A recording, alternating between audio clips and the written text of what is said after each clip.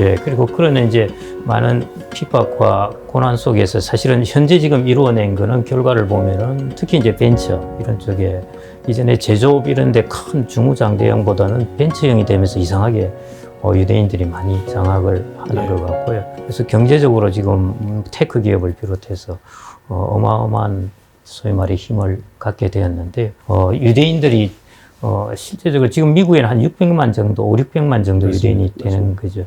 전 세계적으로는 한 얼마 정도? 전 세계에 한 1,500만 명. 우리나라 한민족보다는 아직 훨씬 적네요. 예, 그 세계 인구의 0.2%가 채 안 돼요. 예. 그럼에도 불구하고 저렇게 막대한 부를 이룬 우연입니까? 실력입니까? 그건 이제 실력이죠. 실력입니까? 그들의 역사를 보면 참 대단하다고 느끼는 게 보통 나라가 망하면 50년 내지 100년도 안 돼서 그 민족은 사라져 버립니다. 역사에서. 근데 유대인들은 정말 오래전에 나라가 망했는데 망하고 나서 2000년 후에 자기네 나라를 재건하는 거예요. 이걸 우리 역사하고 비교하면 예를 들어서 우리가 고조선 때 만주에서 망했어요. 맞습니다. 그런데 후손들이 나중에 만주 우리 땅이니까 우리 여기다 나라를 건국하겠다 그래서 이스라엘을 건국한 거나 마찬가지일 정도로 그런 오랜 생활 동안 어떻게 민족적 동질성을 잊어버리지 않고 그것도 같이 산 것도 아니고 세계 방방곡에 다 흩어져 살았는데 그 다음에 종교적 동질성도 유지하면서 그 오랜 생활을 어떻게 살았냐라고 하는 게 사실은 기적이거든요. 그 기적을 이룬 것 속에는 사실은 그들의 종교가 있습니다. 토라라는 경전과 어떤 탈무드라는 어떤 국제법이 그들을 규율했기 때문에 아무리 멀리 떨어져 살아도 서로 간에 흐르는 핵심적인 그러한 민족적인 맥을 유지할 수 있었던 거죠. 근데, 예, 그거는 민족적인 맥이고 한데 돈은 어떻게 그렇게 엄청나게 경제적 부를 이루게 되었는지. 돈은 사실은 모든 비즈니스는 신뢰에서 나옵니다. 그런데 그들은 신뢰의 문제에 있어서만은 확실히 그 동족을 믿는 그러한 강한 힘이 있었어요. 그건 탈무드라는 이런 공통의 경전을 가지고 있었기 때문에 그 탈무드가 거기 민법, 상법, 형법 모든 걸 규율합니다. 사실은 인간이 살아나가는 데 필요한 모든 게 거기에 들어가 있어요. 예를 들어서 이런 겁니다. 고대에는 몸에다 귀중품이나 금이나 은이나 돈을 갖고 길을 가면 하도 도적대와 강도대가 많아서 그거는 다 뺏깁니다. 상품을 운반할 때도 마찬가지예요. 그런데 유대 상인들은 서로 간에 믿음이 있기 때문에 우선 외상거래, 그 다음에는 어음이라는 거에 발전을 해서 길 가는 유대인을 잡아봤자 종이 쪼가리뿐이 안 나와. 그러니까 몸에 귀중품을 지니지 않아. 그런 식으로 그 멀리 떨어져 있는 디아스포라 간에 이제 교육을 합니다. 그거는 유대인들이 지금도 마찬가지예요. 예를 들어서 보석 산업을 유대인들이 주도를 하는데 보석 그 교육을 담당하는 사람들은 상대방 국가에 가서 보석을 사고 할 적에 전혀 몸에 돈을 지니고 다니지 않습니다. 그러니까 그 사람은 큰 보석상임에도 잡아봐야 몸에서 돈이 안 나와요.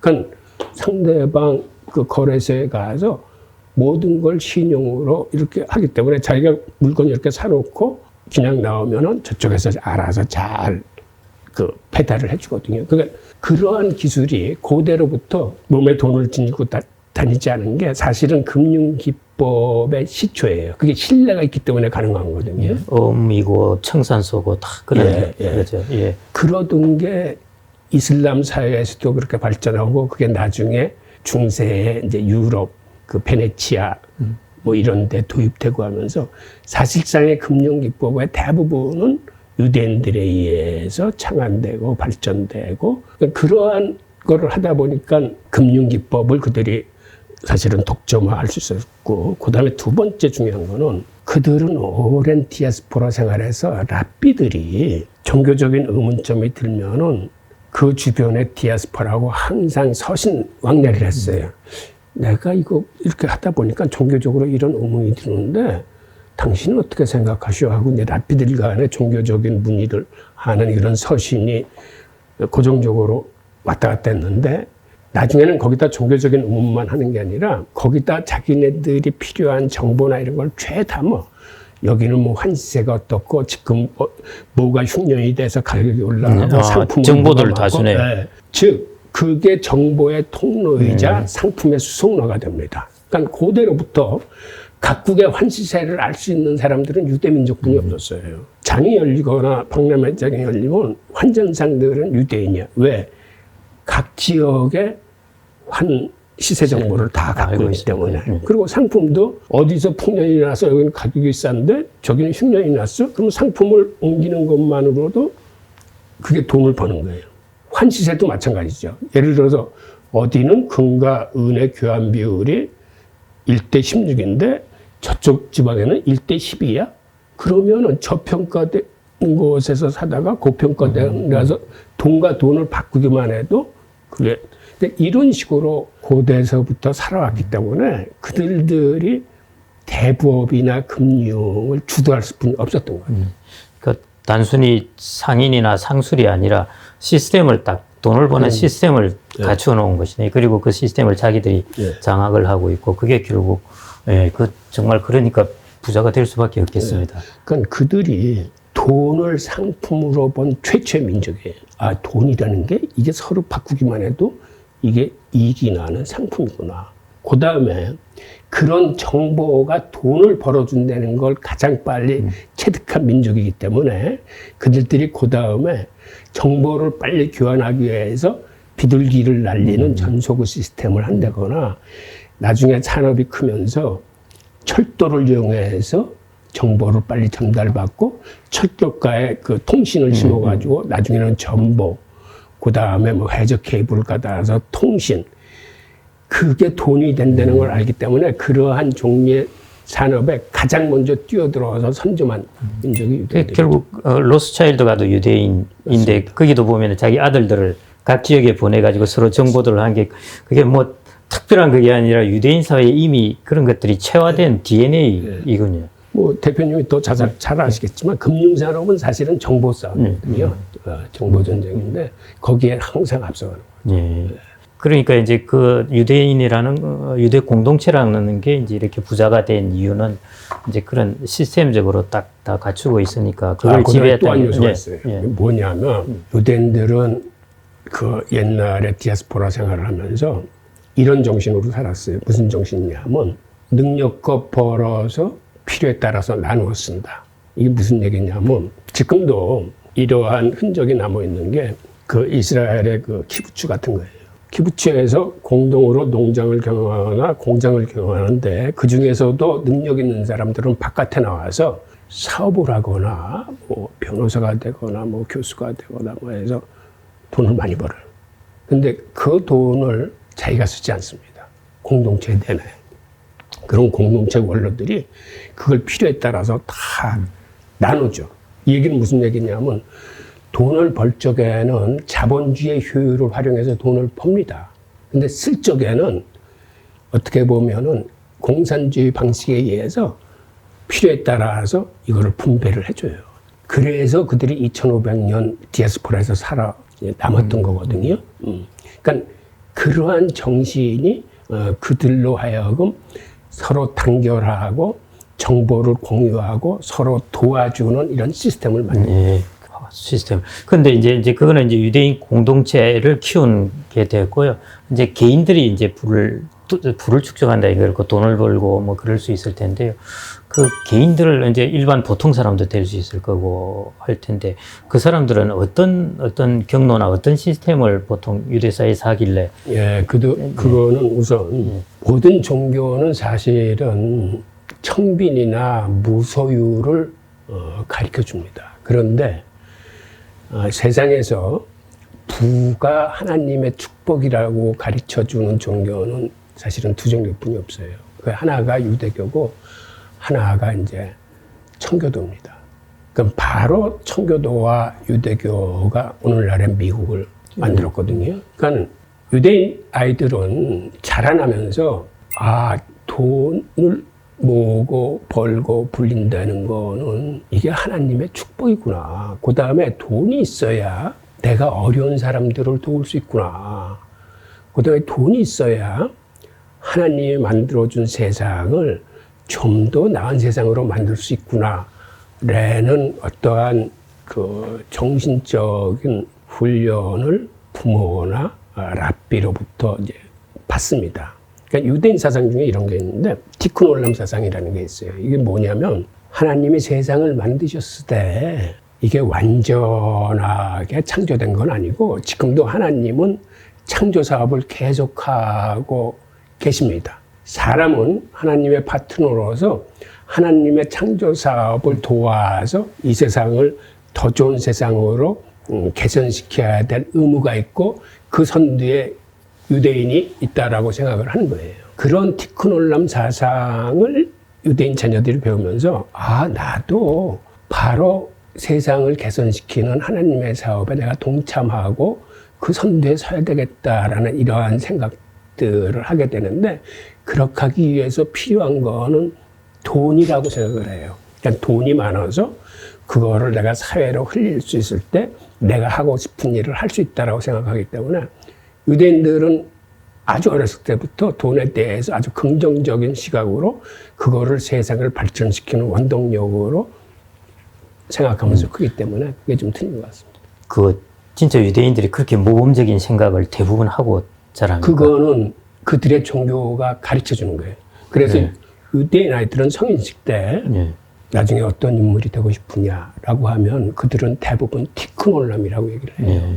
그들은 사실은 아주 어렸을 때부터 안식일에 용돈을 주면은 그거를 체다카 저금통이라고 있어요. 유대인 부모들은 자녀한테 처음에 저금통을 2개 줘요. 하나는 미국 사회도 이렇게 하고 미국의 유대인들도 거의 모든 유대인 가정에서 그렇게 해요. 안식일 날 용돈을 받으면 자기 용돈의 일부를 가장 먼저 체다카 저금통에 집어넣어야 돼. 체다카 저금통은 뭐냐면 이건 나중에 약자를 위해서 쓸 저금통입니다.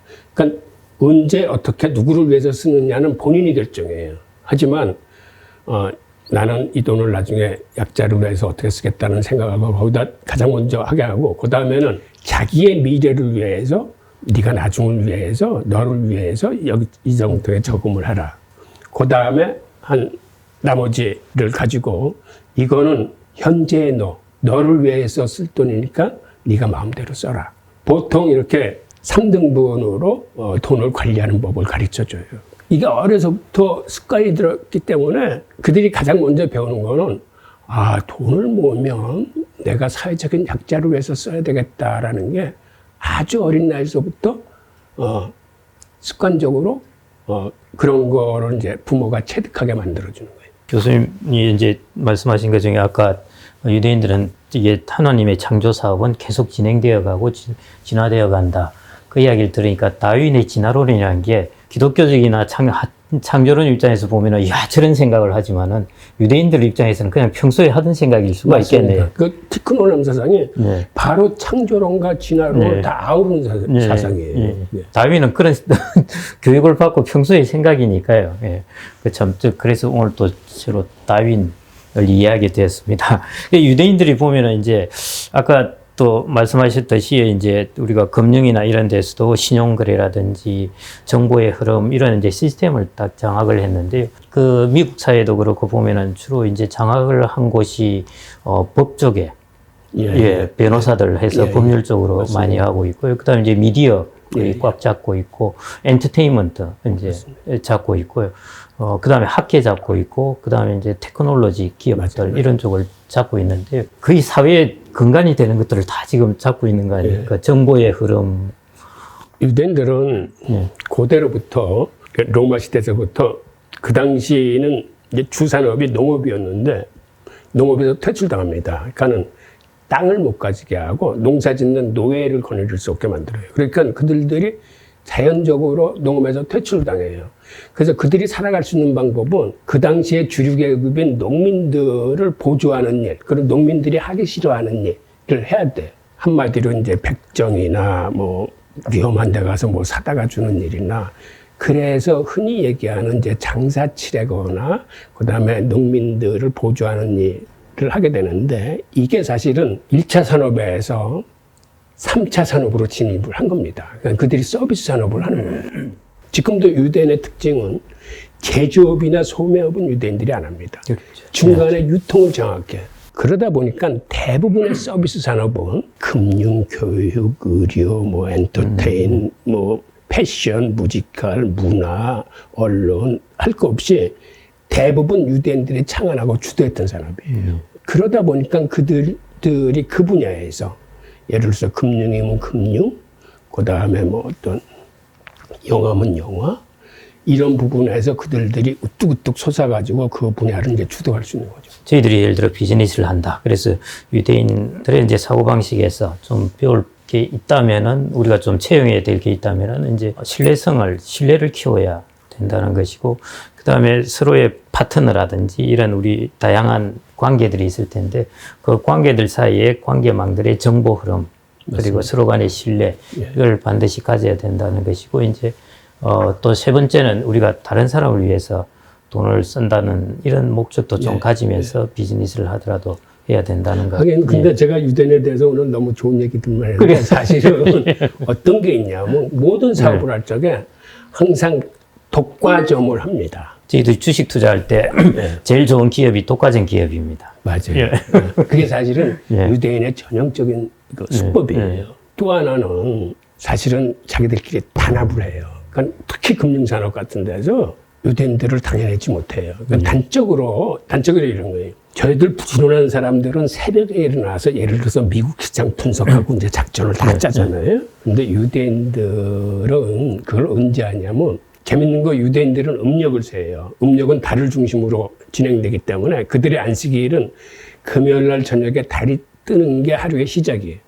그리고 토요일 날 달이 뜰 때가 안식일의 끝이야. 그러니까 안식일 날은 모든 일을 할 수 없어요. 그때는 오롯이 하나님의 뜻으로 세상을 바라보면서 그 다음에 뭐 독서하고 아이들하고 이제 얘기 나누는 게 전부 다예요. 일을 하면 안 돼. 그런데 그럼 일은 언제 시작하느냐? 안식일이 끝나는 날.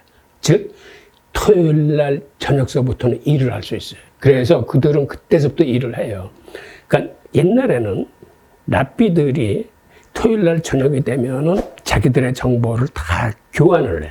그래서 각 지역의 정보가 다 모이면은 그걸 가지고 랍비 중심으로 이제 작전을 짭니다. 아, 다음 주에 금융시장은 우리가 어떻게 대응을 해야 되겠다. 이제 각지로부터 이제 들어온 정보를 취합해서 분석하고 이제 작전을 짜기 때문에 그들은 일요일 날이면 이미 작전 지시가 디아스포라 그 대부업이나 금융업을 하는 사람들에 탁 내려가. 그러니까 그때서부터 일주일에 작전 계획이 다 들어가는데, 다른 사람들은 그거를 월요일 날 새벽에 시작하기 때문에 벌써 여기서 하루 반 이상의 차이가 나요. 그게 오랜 기간 그렇게 해왔기 때문에 그들을 당해낼 수가 없어요. 정말 와닿습니다. 저희들이 이전에 주식 분석할 때 그래서 일요일 날 나오게 했거든요. 근데 일요일 날 직원을 나오게 할 수가 없어서 결국에 이제 안 나오게 하니까 이제 월요일 아침에 나와서 막 하고 그러는데요. 그때도 사실은 일요일 나와서 마지막 금요일까지 열린 미국 장을 분석하고 하면 월요일 훨씬 이제 그 잘 대응할 수 있는데, 유대인들은 그럴 수밖에 없겠네요. 그래서 비즈니스에서 배울 바가 있다면 아까 말씀하신 것에서 제가 두 가지를 더 추가하겠습니다. 정보 신뢰, 그 다음에 담합 독과점. 이 네 가지를 이렇게 잘 갖출 수 있으면은 우리도 비즈니스 할 때 성공할 수 있다. 담합 독과점이 중요하네요. 반드시 해야 될 것 같습니다. 유대인들의 그 경제적인 성공, 뭐 이것들의 비결을 좀 알아봤고요. 오히려 참 이렇게 시스템적으로 뭔가를 그 이기는 방법을 항상 택한다는 게 좀 인상 깊고요. 각계로 하는 것이 아니라 항상 공동체가 정보를 교환하고 전체 시스템을 만들고 이렇게 했다는 것이 참 인상 깊은데요.